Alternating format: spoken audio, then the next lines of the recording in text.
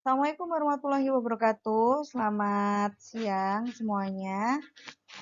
Bertemu lagi dengan Bu Puji ya. Hari ini kita memasuki minggu ke-6 perkuliahan. Mohon maaf, minggu ke-7 ya, sudah ya. Minggu ke-7 perkuliahan matematika bisnis. Artinya minggu depan kita sudah memasuki ujian tengah semester. Ya, nggak kerasa ya, kita sudah melewati 7 minggu perkuliahan. Oke, minggu lalu kita sudah belajar tentang fungsi nonlinier dan hari ini kita akan mengaplikasikan ya fungsi nonlinier yang sudah kita pelajari minggu lalu. Kita akan belajar apa saja aplikasi dari fungsi nonlinier tersebut. Nah, oke, ini kira-kira minggu lalu kita sudah belajar tentang fungsi penawaran dan fungsi penerimaan, kemudian keseimbangan pasar pada kasus yang linier. Ya, hari ini kita juga akan belajar semua subtema ini ya, keseimbangan pasar, fungsi produksi, fungsi permintaan, kurva indifference gitu ya, kurva transformasi produksi dalam bentuk fungsi yang non linear seperti itu. Oke. Nah, di sini saya menunjukkan sebuah grafik gitu ya, sebuah grafik persamaan P dan persamaan Q ya. Kita dapat melihat ada dua macam fungsi di sini. Bentuk yang bergaris lurus ini adalah yang kita pelajari minggu lalu, 2 minggu yang lalu ya, terkait penerapan fungsi linier dalam masalah ekonomi dan bisnis seperti itu. Nah, kurang lebih minggu ini kita akan membahas bentuk yang ini ya, bentuk yang lengkung ini, yaitu bentuk yang nonlinier. Ini adalah fungsi kuadrat contohnya ya. Mohon maaf ya, belepotan. Seperti inilah kurang lebih. Ini fungsi kuadrat. Dan fungsi kuadrat bukan merupakan fungsi linier. Nah, nanti kita akan membandingkan seperti apa perbedaan dari kurva yang dibentuk dari fungsi linier dan fungsi non-linier. Nah, pertama kita harus belajar dulu nih cara menggambar grafik. Bagaimana misalkan kita membuat grafik bentuk seperti ini. Ini adalah bentuk linier, ini adalah bentuk non-linier. Ya, ini kurang lebih grafiknya akan terbentuk seperti grafik yang pada slide sebelumnya tadi ya. Yang linier tadi yang merupakan garis lurus, terus kemudian fungsi kuadrat ini adalah yang berbentuk cekungan. Ya, lebih seperti itu. Nah, cara menggambar grafik, saya yakin semuanya tahu ya, sudah ya. Saudara sudah tahu menggambar grafiknya. Saya tidak perlu menggambar ulang sih sebenarnya ya. Kita akan membandingkan bisa antara P dan Q, atau bisa Q yang di sebelah sini, P sebelah sini ya.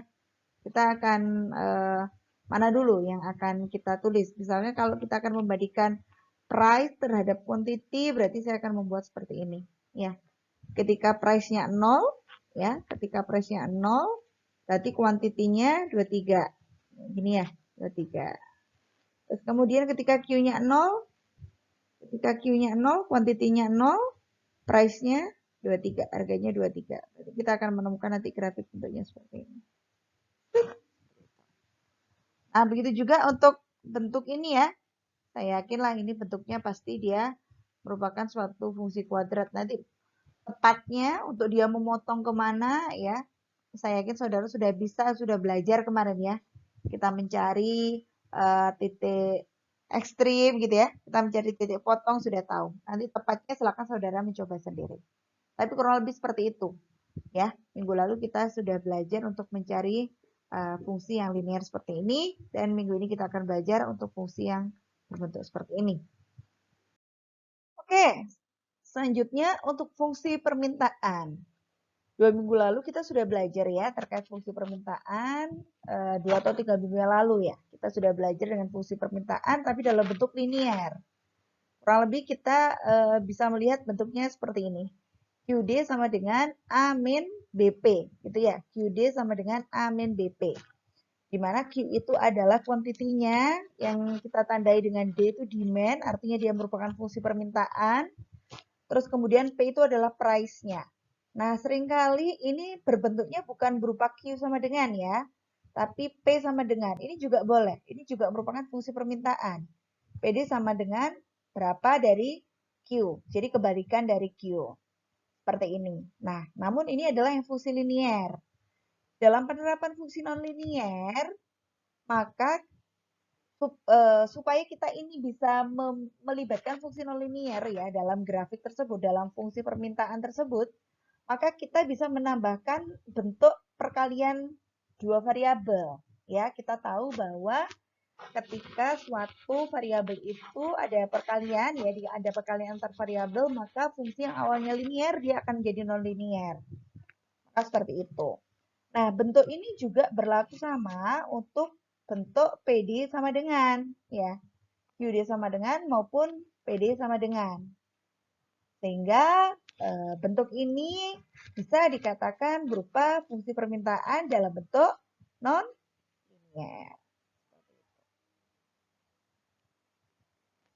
Nah, kita pun juga bisa merubah bentuk fungsi permintaan yang awalnya kita tahu berupa linier ini dalam bentuk fungsi rasional. Seperti apa? Seperti ini.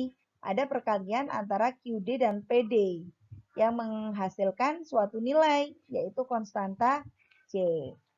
Ini pun juga menjadi tidak linier ya, karena ada perkalian antara fungsi Q dan fungsi P. Oke. Bagaimana dengan fungsi penawaran, Bu? Kita kan harus belajar fungsi permintaan dan penawaran, karena kaitannya dalam bisnis, dalam ekonomi, itu kita pasti akan ketemu dengan yang namanya permintaan dan penawaran. Jadi kurang lebih sama ya, kurang lebih sama. Fungsi penawaran kita tuliskan dalam bentuk seperti ini ya, QS, quantity supply gitu ya, QS sama dengan A min BP, kurang lebih seperti ini. Dalam penerapan fungsi nonlinier, bentuk ini pun juga menjadi seperti ini. Kita akan menambahkan perkalian antara kedua fungsi tersebut. Bisa dalam bentuk jika fungsi itu sama dengan Q sama dengan, maka di situ ada perkalian antara dua variabel P. Kalau fungsi itu P sama dengan, maka ada perkalian antara dua variabel yaitu Q, seperti itu. Begitu juga ketika fungsi tersebut berbentuk fungsi rasional ya. Dia misalkan ada perkalian antara fungsi Q dan fungsi P. Seperti ini. Ini pun juga diperbolehkan dalam bentuk fungsi penawaran. Oke, kita langsung kepada contoh gitu ya. Contoh, kita memiliki suatu fungsi permintaan dan fungsi penawaran, QD sama dengan sekian, QS sama dengan sekian. Biasanya ditanyakan keseimbangan pasar. Keseimbangan pasar dirumuskan dengan QD sama dengan QS. Ya, 24 min 4P sama dengan 2P kuadrat min 2P. Seperti itu. Seperti apa? Langsung kita gabungkan ya. 2P kuadrat ini sama dengan, kita buat kirinya 0 ya. Min 2P, kalau kita buat kiri 0, maka yang ada di sebelah kiri kita pindah ke ruas kanan. 24 menjadi min 24, min 4P menjadi plus 4P. Yang kurang paham nanti bisa ditanyakan saat sesi tanya jawab ya. 0 sama dengan 2P kuadrat, min 2 ditambah 4 plus 2P, min 24. Oke, kemudian kita akan faktorkan ya. Sebelum kita faktorkan, sebenarnya bentuk ini bisa kita sederhanakan. Karena dia merupakan kelipatan dari 2. Ya, sehingga ini bisa kita sederhanakan jadi P kuadrat gitu ya. Ditambah P dikurang 12 gitu ya. Sama dengan 0. Lalu kemudian kita faktorkan. Pemfaktorannya kita bisa menggunakan rumus ABC ya. Kita bisa menggunakan rumus ABC atau bisa juga menggunakan rumus ini ya, belah ketupat seperti itu. Ya, rumus ABC atau rumus belah ketupat. Lalu kemudian kita faktorkan, terserah ya. Saya harap kalau teman-teman sudah familiar dengan rumus belah ketupat, kita bisa langsung menggunakan itu. Ini kita faktorkan. Ya. Ini adalah P, ini adalah P,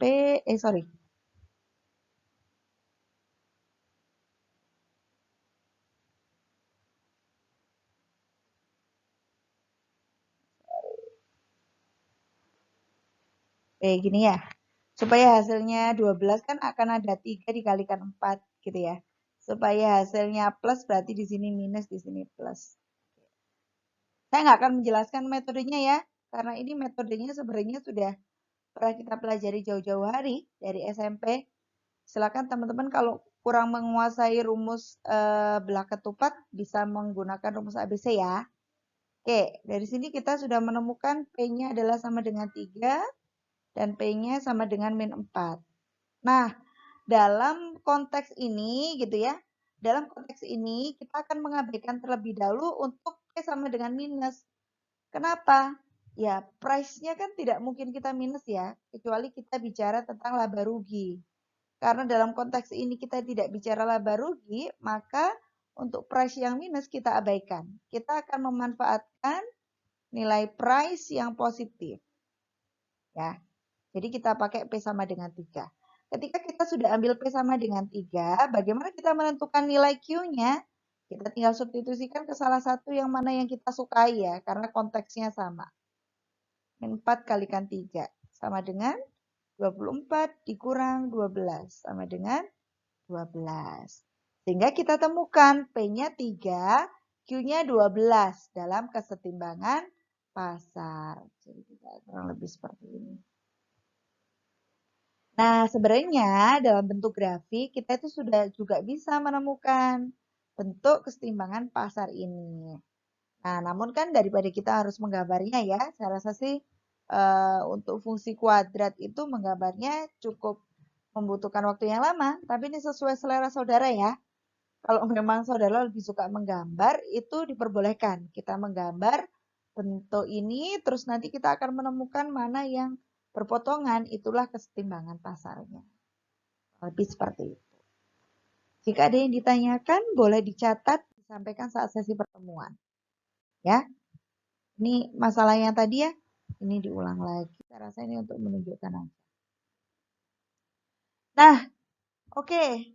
Seperti yang saya utarakan di awal, ya, fungsi penawaran dan permintaan tadi dapat berupa fungsi kuadrat, dapat berupa fungsi rasional, maupun fungsi hiperbola. Ini adalah contoh fungsi kuadrat ya. Ini adalah contoh fungsi kuadrat. Contoh nih, kita diminta untuk menggambar fungsi permintaan. Permintaan untuk kedelai pada tahun 2014 dirumuskan dalam bentuk P sama dengan 25 min Q kuadrat. Gambar dari fungsi permintaan tersebut kurang lebih seperti ini. Dari mana? Ya kita cari. Kalau Q-nya 0, P-nya berapa gitu ya. Dan seterusnya. Tapi ini tidak semudah kita mencari fungsi linier ya. Karena ketika P-nya 0, maka kita akan menemukan dua macam Q, yaitu 5 dan min 5. Sehingga kita bisa temukan bentuk grafiknya adalah lengkung. Kurang lebih seperti itu. Ya, untuk memastikan bahwa grafik tersebut benar atau tidak, maka kita akan perlu juga mencari titik puncak dan seterusnya gitu ya. Untuk melihat akurasi dari gambar yang kita pilih. Ya, saudara. Ini kuadrat ya. P sama dengan 25 min Q kuadrat. Ini juga ya. P sama dengan 25 min Q kuadrat. Oke, kurang lebih seperti ini. Nah, ini yang sudah pernah kita pelajari. Kalau dalam konteks menggambar grafik kuadrat, kita harus peduli dengan yang namanya mencari titik puncak, mencari titik potong pada sumbu X, mencari titik potong pada sumbu Y, gitu ya, yang sudah minggu lalu saya sampaikan. Terus kemudian kita cari sumbu Y dan sumbu X, yang digantikan oleh sumbu P dan sumbu Q. Terus kemudian, ya ini yang perlu diperhatikan bahwa kuadran yang digunakan nanti hanya ada kuadran 1, karena price-nya positif dan quantity-nya adalah positif. Seperti itu.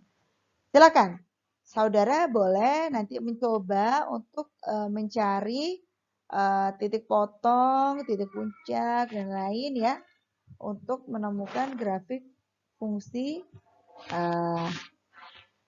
Entah itu fungsi permintaan atau fungsi penawaran. Nah, selanjutnya, nah ini contoh ya, kita misalkan akan menggambar suatu fungsi penawaran. Fungsi penawaran, di mana fungsinya itu dalam bentuk P S sama dengan Q kuadrat plus 6Q plus 9. Nah, tergantung nanti kita akan membawa mana nih? Kita akan buat P-nya yang untuk yang horizontal adalah P, misalkan seperti itu. Yang vertikal adalah Q, misalkan seperti itu ya. Kita akan mencari grafiknya. Kita bisa sih memilih, misalkan kita ambil nilai Q-nya berapa, P-nya berapa, P-nya berapa, P-nya berapa, dan seterusnya. Kemudian titik-titik itu kita gabungkan sehingga membentuk sebuah parabola. Dan sebenarnya kita bisa juga sih menentukan kita disediakan sebuah web untuk mencari grafik ini. Besok akan saya tunjukkan saat sesi tanya jawab, ya. Saudara bisa mencoba terlebih dahulu menggunakan cara manual untuk menentukan ini karena asumsinya ketika kita ujian gitu ya. Ujian, misalkan ujian offline, kita tidak bisa menggunakan internet sehingga kita tidak bisa menggunakan fasilitas yang ada di internet untuk menggambar tersebut. Kurang lebih seperti itu. Jika ada yang ditanyakan boleh disampaikan saat sesi tanya jawab ya. Nah, kita juga sejak 2 minggu yang lalu kita sudah belajar mencari fungsi keseimbangan pasar. Ya, masih ingat ya? Saat kita belajar fungsi nonlinier, saat kita belajar fungsi linier, kita sudah belajar tentang keseimbangan pasar, di mana kita harus menstabilkan gitu ya antara fungsi penawaran dengan fungsi permintaan. Misalkan seperti ini. Kita misalkan dapat menggambarkan seperti ini ya. Ya, ini. Market equilibrium, keseimbangan pasar. Market equilibrium atau ME adalah apa? Bertemunya suatu titik potong fungsi permintaan dan fungsi penawaran. Berikut adalah macam-macam grafik market equilibrium atau keseimbangan pasar. Ada yang keduanya sama-sama fungsi linier. Keseimbangan pasarnya di sini, perpotongannya. Ada yang berbentuk kuadrat dan linier, di mana nilai A-nya adalah positif, cekung ke atas gitu ya. Maka seperti ini bentuknya. Ada yang satunya kuadrat, satunya linier, tapi cekung ke bawah. Atau ada yang keduanya adalah fungsi kuadrat, maka seperti ini. Jadi nanti kita akan ketemu 4 macam dari fungsi keseimbangan pasar atau market equilibrium dengan berbagai macam pola yang bisa digambarkan dalam bentuk seperti ini nih contohnya. Nah, kalau ini kan bentuknya ini yang nonlinear semua ya. Kita menghubungkan antara karena ini MC ini apa ini ya? Ini supply-nya gitu ya, ini supply-nya. Ini kita bisa menemukan nih. Terus ini adalah nilai MRP. Apa ini MRP? Nanti akan kita jelaskan di bawah ya. Kurang lebih seperti itulah kita akan menemukan. Kalau tanpa kita menggambar grafik, gitu ya. Kalau gambar grafik kan kita akan menentukan keseimbangan pasarnya itu kan yang ada perpotongan ini ya. Berarti keseimbangan pasar antara grafik misalkan grafik yang hijau dan merah yang di sini, antara grafik yang hitam dan merah misalkan seperti ini gitu ya. Dan seterusnya ya. Seperti itu. Namun ketika kita tidak menggambarkan, kita patut ingat ya bahwa syarat dari keseimbangan pasar adalah nilai fungsi QD sama dengan QS. Atau bisa juga kita gunakan PD sama dengan itu adalah quantity dari fungsi penawaran dan quantity dari fungsi permintaan. Seperti itu. Jika ada yang ingin ditanyakan dari pemaparan saya, boleh ditanyakan saat sesi tanya jawab. Nah, selanjutnya Misalkan nih, kita tahu studi kasus kondisinya seperti ini. Permintaan untuk kedelai di tahun 2014 dirumuskan sebagai bentuk seperti ini. PD sama dengan 25 min Q kuadrat.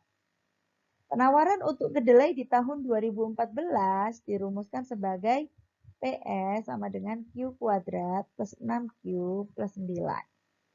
Berapa keseimbangan pasarnya? Nah, kalau bentuk ini adalah linier, mungkin kita akan dengan mudah mengubah posisinya menjadi Q sama dengan. Seperti itu ya. Seperti apa yang sudah kita pelajari 2 minggu yang lalu. Namun, ketika bentuknya sudah nonlinier, kita akan kesulitan untuk merubah bentuknya menjadi Q sama dengan. Sehingga, untuk mencari keseimbangan pasar pada model nonlinier ini, kita bisa melibatkan, menyamadengannkan PD sama dengan PS ini. Kita masukkan PD-nya, kita masukkan PS-nya, kita jadikan satu seperti biasa. Lalu kita akan menemukan suatu fungsi yang sebenarnya kita bisa kecilkan ya, dibagi dua ya. Q kuadrat plus 3Q min 8 sama dengan 0. Kita faktorkan gitu ya. Bisa menggunakan rumus ABC, bisa menggunakan rumus rumus ini. Belah ketupat seperti itu. Singkat cerita gitu ya. Kita menemukan dua nilai Q, yaitu Q1,701 dan Q0 min 4,70. Karena tadi saya sampaikan di awal, bahwa pada masalah ini kita hanya berada di kuadran 1, iya kuadran 1 ya, di mana P-nya adalah positif dan Q-nya adalah positif ya. Q-nya adalah positif, Q-nya adalah positif.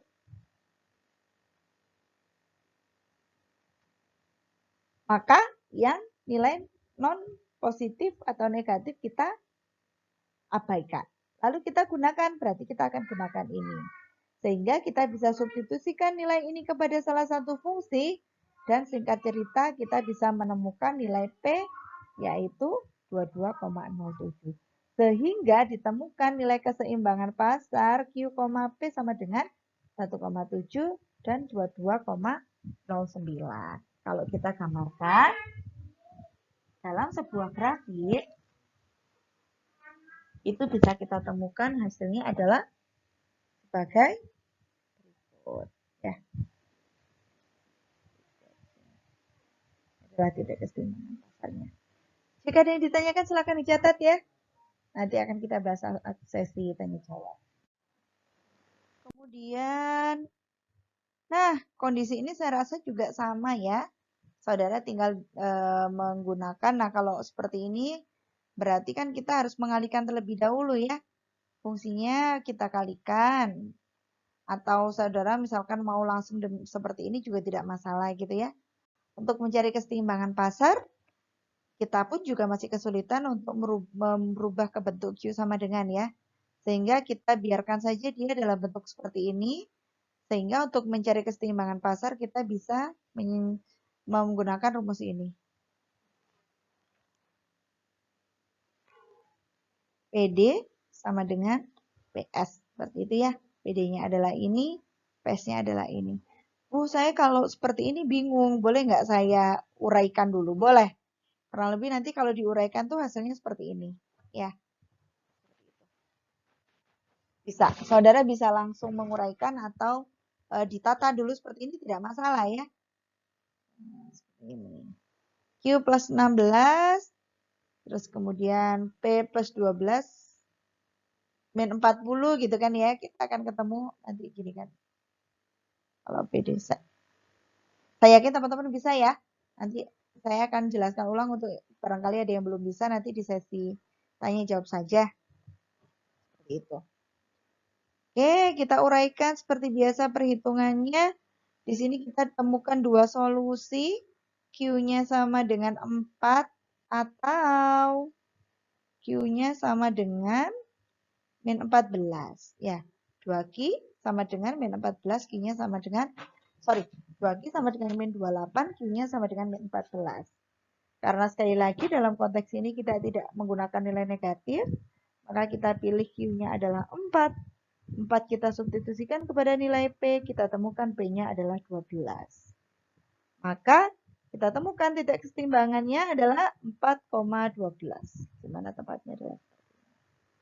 Saya rasa nggak susah ya, teman-teman, apapun kondisinya tinggal dibiasakan saja, pokoknya dia disama dengankan, diuraikan, dijadikan satu, dicari Q-nya yang positif gitu ya.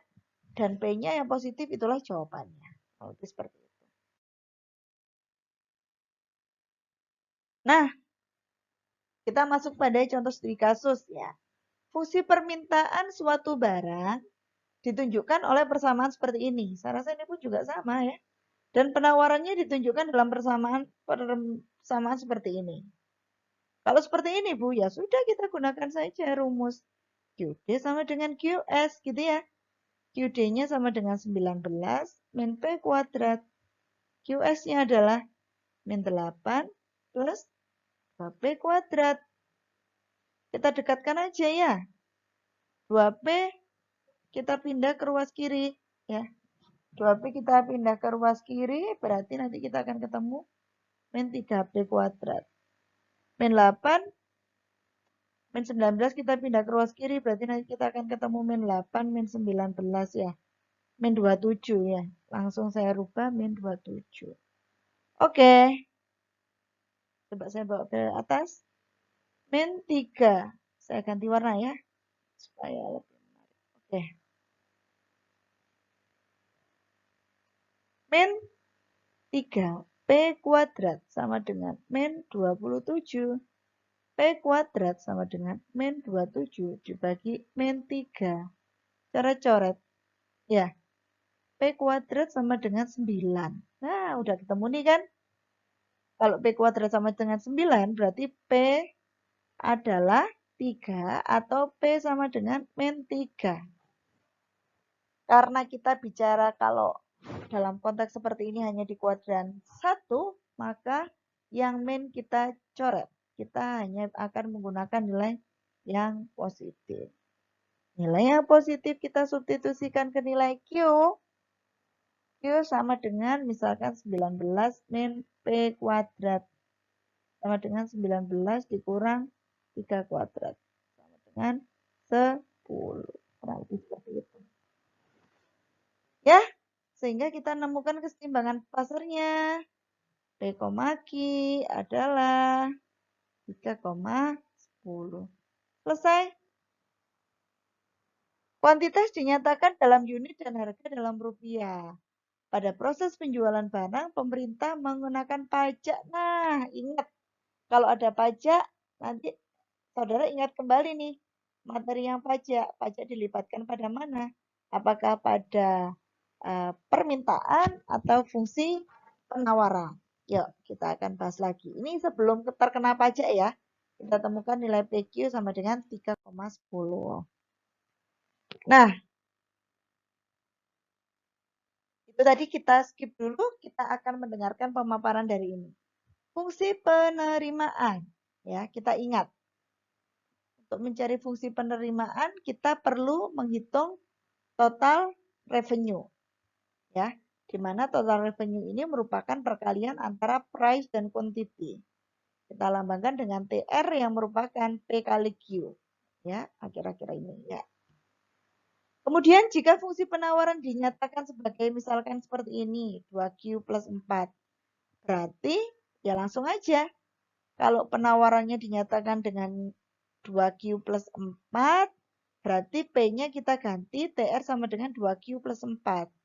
Sehingga total revenue-nya kita dapatkan dengan mengalihkan antara 2Q plus 4 dengan Q sesuai rumus yang ada.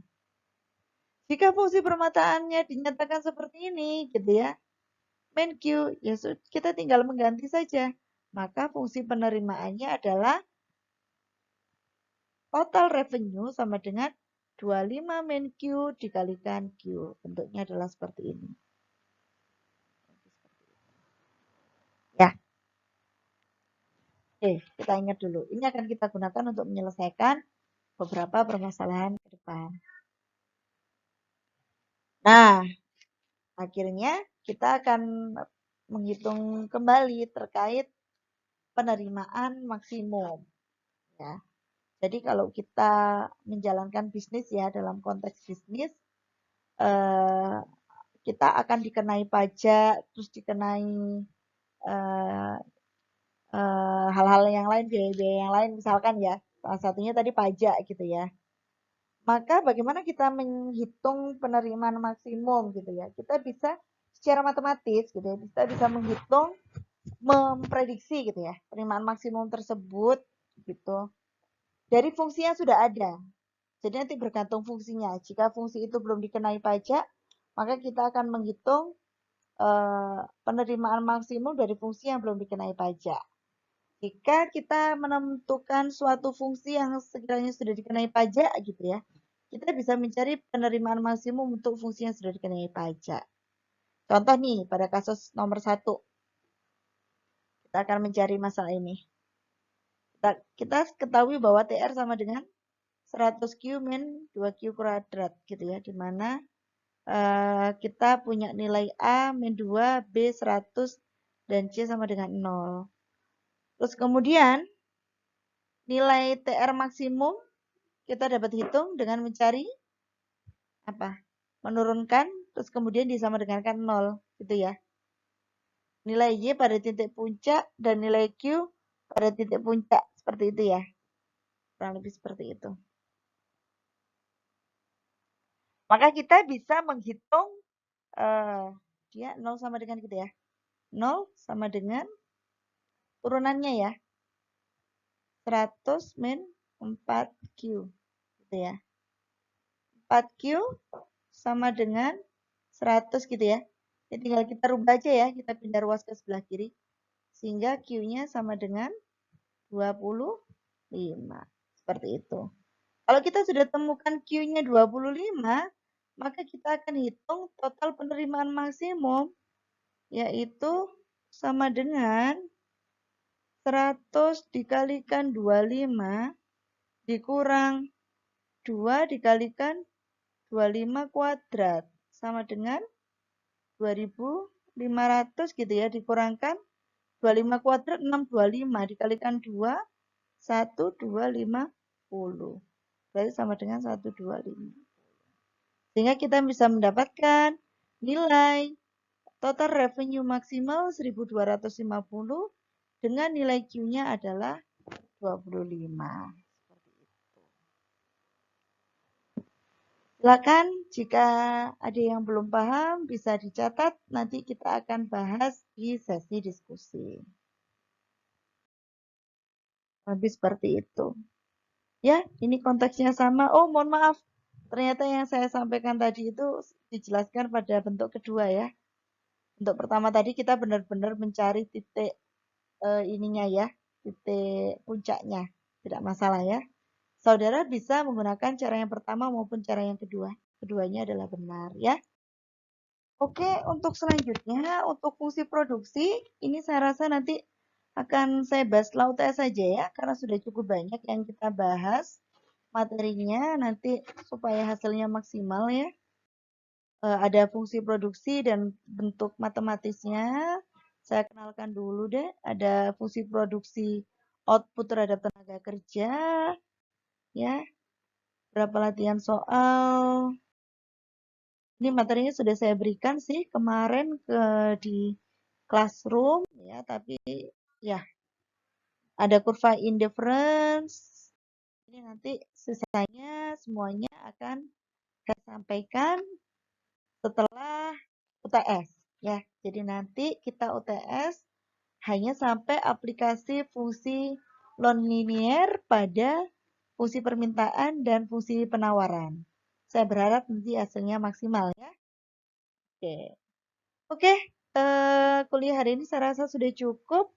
Akan saya tutup dengan kalimat motivasi masih saya ulangi dari Zig Ziglar ya, supaya ini tetap menjadi semangat buat saudara, bahwa berpikir positif ini akan membuat kamu melakukan segalanya lebih baik. dibandingkan mengerjakan sesuatu dengan pikiran negatif. Jadi mari kita jaga ya berpikir positif ini demi kebaikan kita sendiri. Baiklah, terima kasih. Sampai berjumpa pada sesi diskusi esok.